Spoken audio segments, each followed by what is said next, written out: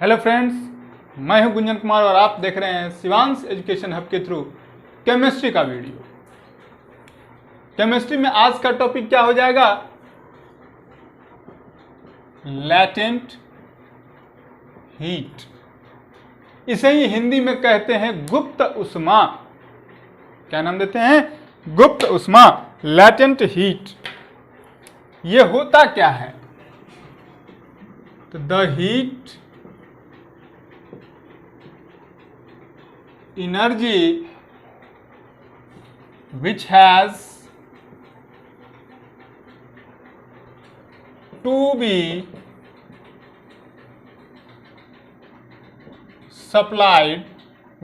to be supplied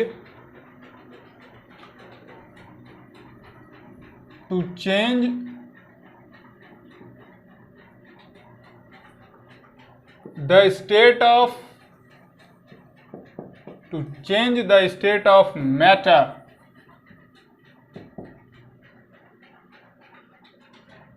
matter के जगह change the state of substance लिखें।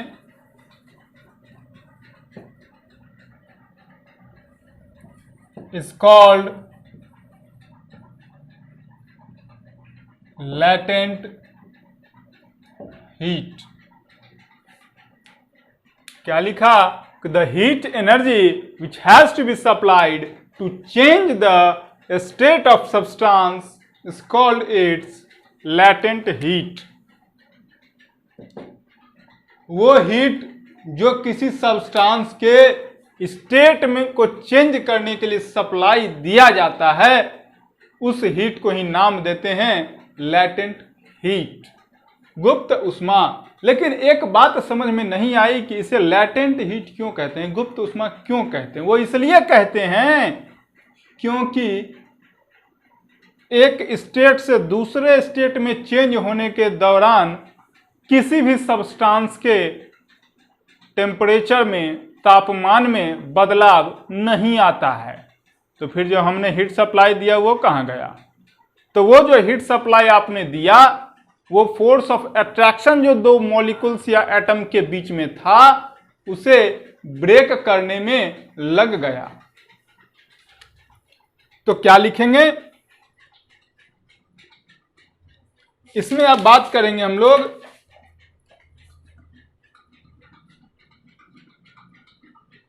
लैटेंट हीट जो है आपका, ये जो लैटेंट हीट है ये आपका दो तरीके का होता है।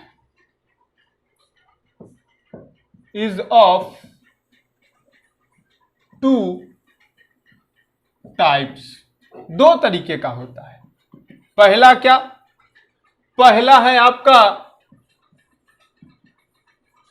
Latent heat of fusion. अभी अभी मैंने आपको बताया, पिछले वीडियो में मैंने बताया था आपको, फ्यूजन को ही मेल्टिंग भी कहते हैं, यानी कि लैटेंट हीट ऑफ मेल्टिंग भी लिख सकते हैं। लेकिन फ्यूजन सुनने में थोड़ा स्टैंडर्ड लगता है, इसलिए फ्यूजन लिखे हैं। दूसरा क्या? तो latent heat of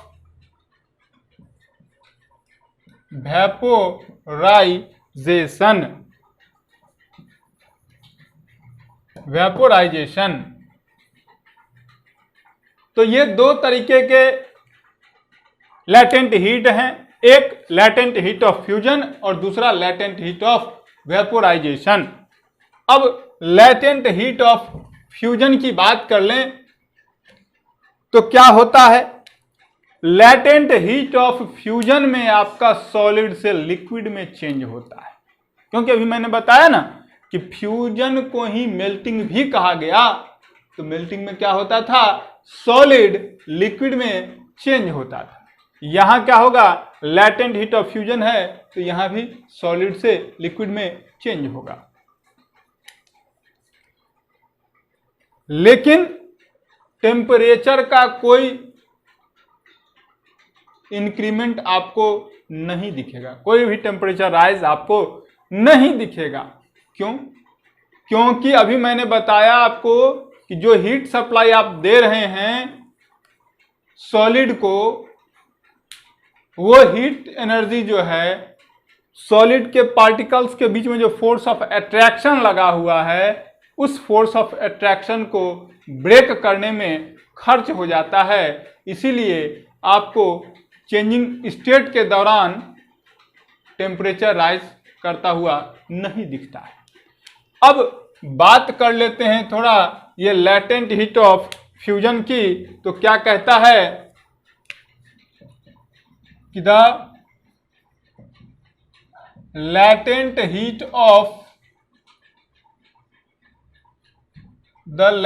heat of fusion of a solid, the latent heat of fusion of a solid is the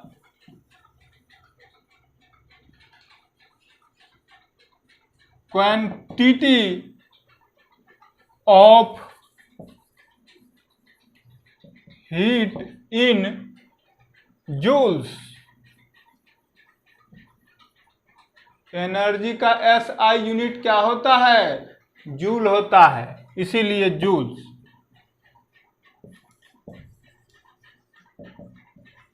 required to convert 1 kg of the 1 kg of the substance,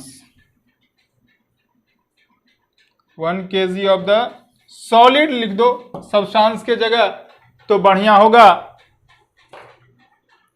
solid लिखेंगे तो थोड़ा बढ़िया है। To liquid,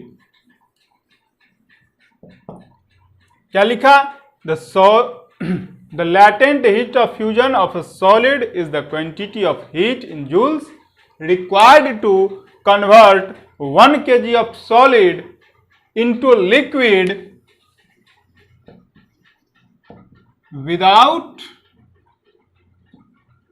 any change in the temperature। क्या लिखा है कि the latent heat of fusion of a solid is the quantity of heat in joules required to convert 1 kg of the solid to liquid without any change in the temperature। बिना किसी temperature के change के आपका solid से liquid में change होने का जो प्रोसेस है, this process is known as this amount of heat is known as latent heat of fusion. अब the latent heat of fusion of ice is 3.34 into 10 to the power 5 joule per kg। kg मतलब kilogram, J for joule. यानी कि latent heat of fusion जो ice का है वो कितना है? तो 3.34 into 10 to the power 5 joule per KG. यहां होता क्या है? तो जो आप हीट सप्लाई देते हो ना, जैसे आइस है अपना, इसको मैं आपको प्रैक्टिकल वे में समझाता हूं, थोड़ा आपको ज्यादा बढ़िया से समझ में आएगा ये चीज।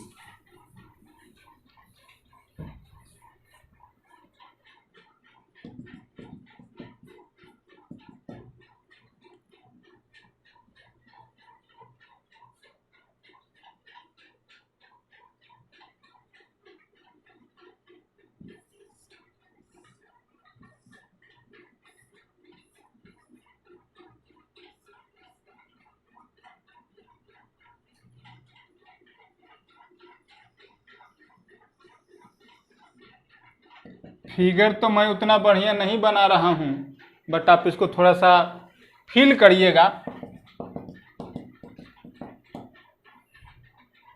देखिए यहां पर है आपका क्या, इसमें आइस है, हाँ आइस है।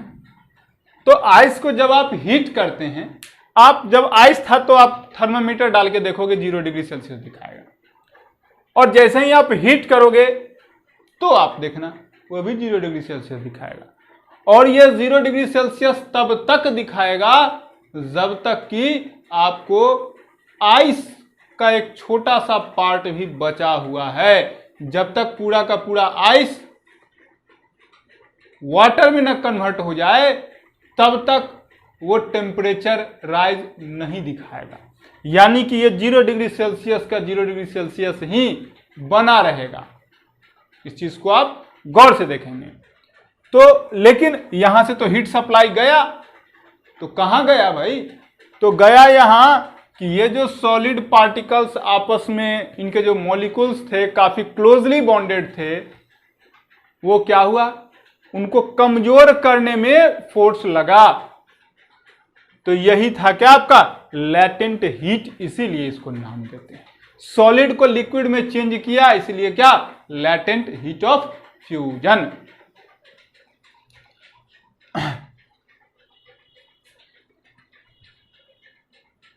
यानी कि मैं आपको बता दूं यहां से, ice eight 0 degree Celsius is more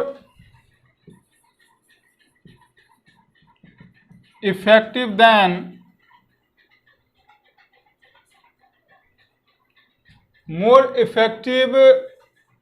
in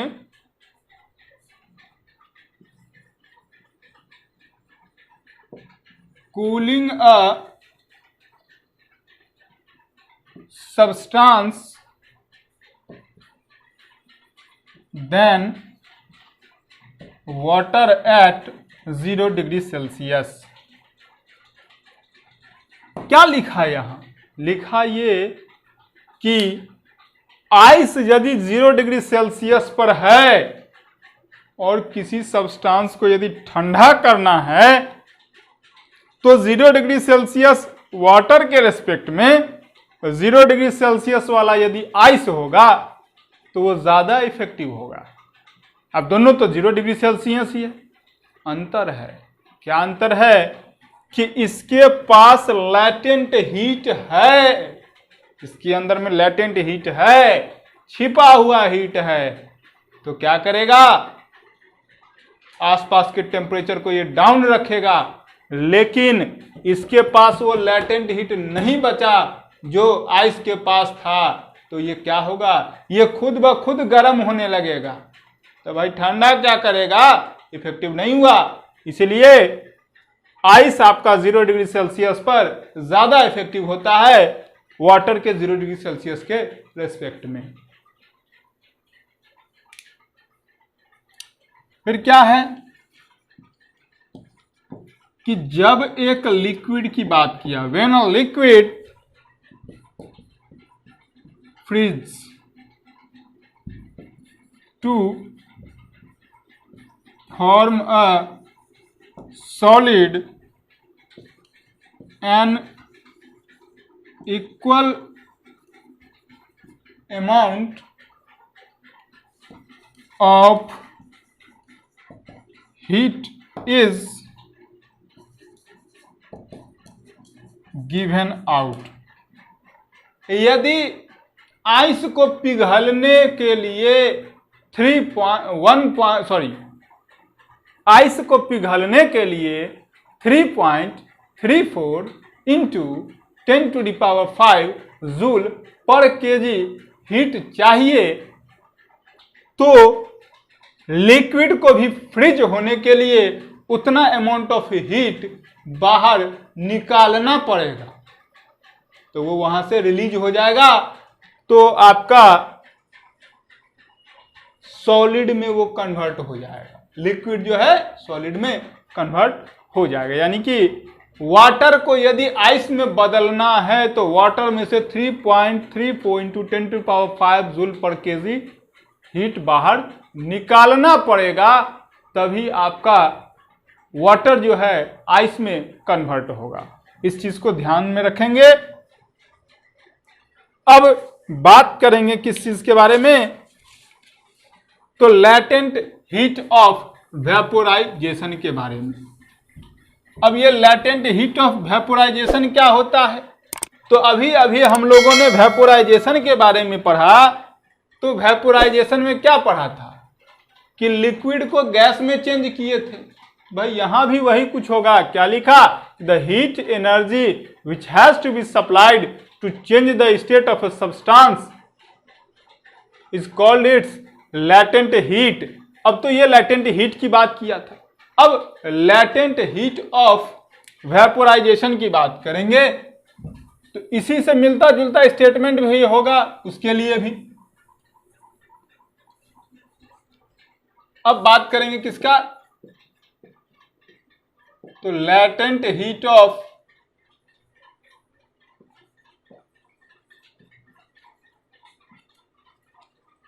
vaporisation. ये लैटेंट हीट ऑफ वेपोराइजेशन क्या चीज है, तो इस चीज को जानने के लिए कुछ ऐसा है कि the latent heat of vaporisation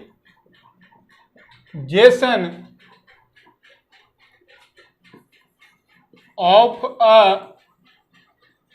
liquid is the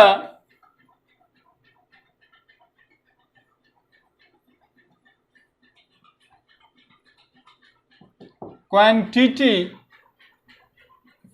of heat in joules, heat in joules required to convert 1 kilogram of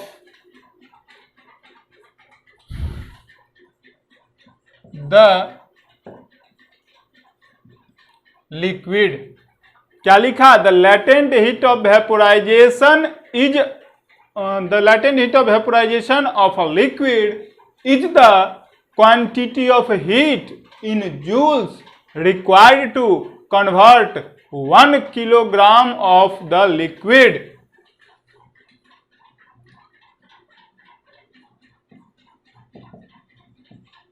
without any change in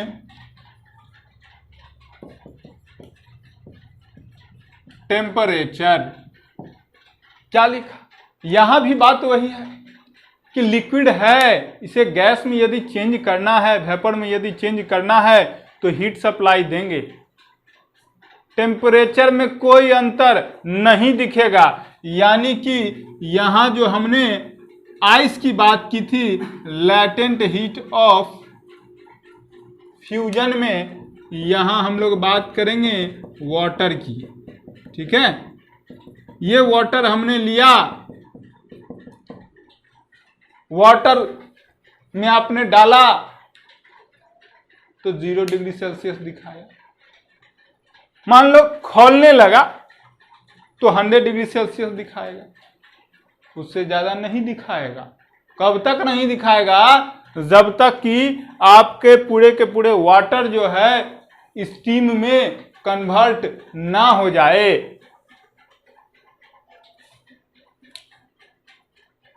तो फिर ये हीट गया कहां, तो कहता है क्या कि the heat energy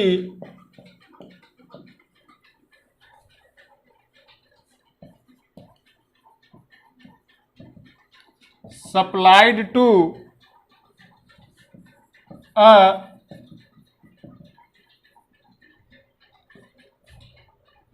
boiling liquid is used by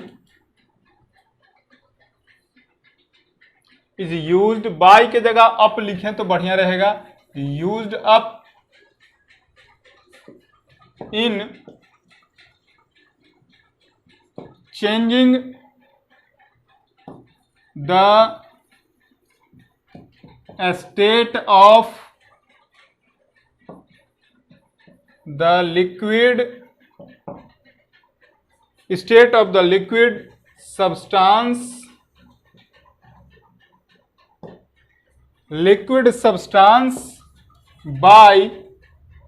liquid substance by overcoming the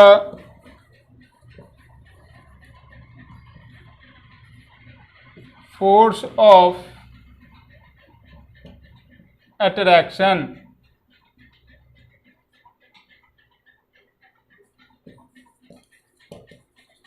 between its particles। क्या लिखा है? The heat energy supplied to a boiling liquid is used up in changing the state of the liquid substance by overcoming the force of attraction between its particles। ये जो heat supply दिया जा रहा था गया कहाँ? कहीं नहीं गया, उसी में है, लेकिन दो लिक्विड के बीच का जो फोर्स ऑफ अट्रैक्शन था ना, उसको कमजोर करने में वो खर्च हो गया। कमजोर हुआ तो कुछ यूजफुल हो गया कि लिक्विड से वो वेपर में बदल गया। अब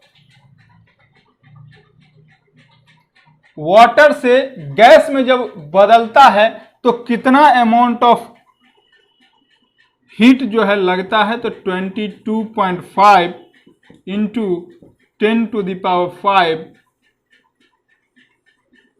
जूल्स की बात करेंगे पर केजी। वहां जो होता था लैटेंट हीट ऑफ फ्यूजन में, वो आपका 3.34 इंटू 10⁵ जूल पर केजी होता था।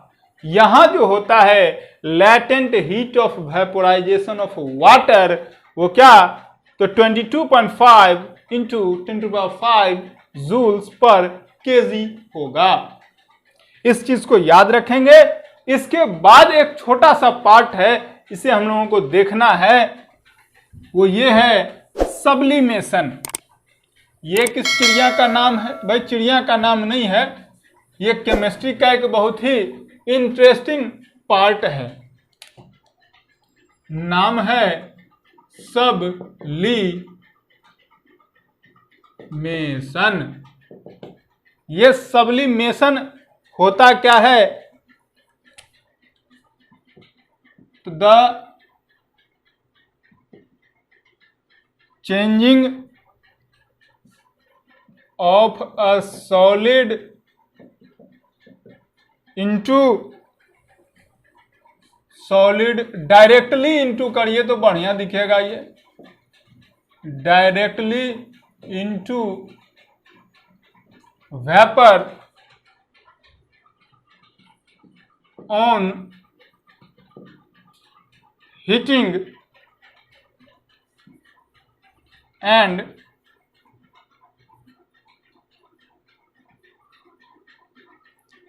Vapour directly into solid. Solid से डायरेक्ट बन गया वेपर, या वेपर से डायरेक्ट बन गया सॉलिड ऑन। अब सॉलिड से वेपर बनना है तो कूलिंग तो होगा नहीं, क्या होगा, हीटिंग। तो और वेपर से यदि डायरेक्ट सॉलिड में बदलना है तो क्या हो जाएगा, कूलिंग। आगे क्या कहता है, कूलिंग। और इसको पहले पूरा मैं कर दूं, इज नोन एज सब्लिमेशन। वो प्रोसेस जिसमें कि एक सॉलिड डायरेक्टली चेंज होकर के वेपर में बदल जाए या वेपर डायरेक्टली चेंज होकर के टेम्परेचर को कम करने पर सॉलिड में बदल जाए, तो ये प्रोसेस क्या कहलाता है? सब्लिमेशन कहलाता है।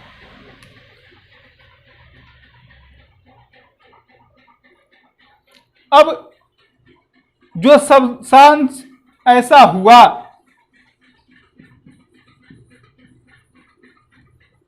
द सॉलिड सब्सटेंस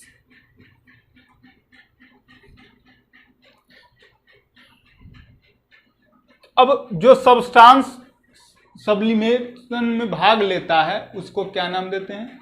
सबलाइम नाम देते हैं।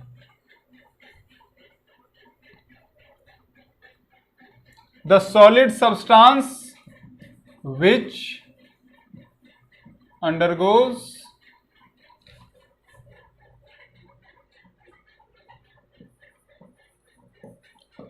sublimation,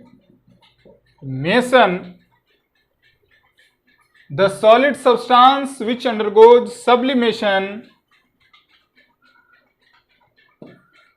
is said to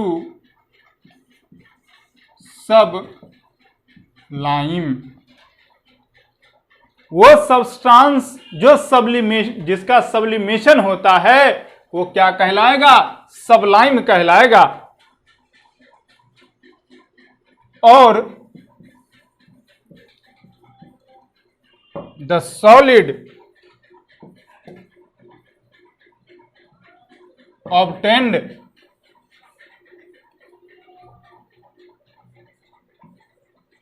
bye cooling और the solid obtained by cooling is said to be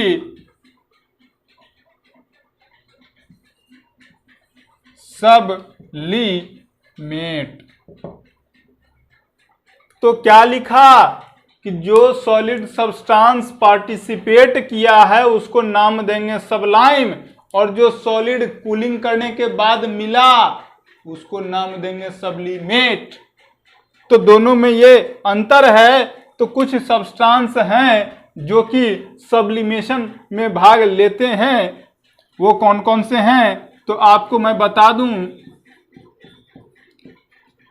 ammonium chloride है, आयोडीन है,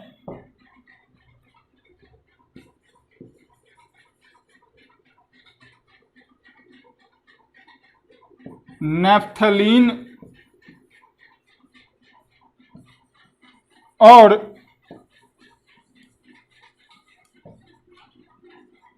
एंथ्रासीन है। ये कुछ ऐसे सब्सटेंस हैं जिनका सब्लिमेशन होता है। सॉलिड कार्बन डाइऑक्साइड भी जो है आपका सॉलिड कार्बन डाइऑक्साइड की बात करते हैं, जिसे हम लोग ड्राई आइस के नाम से जानते हैं। वो भी आपको सबलाइम्स फॉर्म करेगा। कार्बन डाइऑक्साइड गैस के रूप में।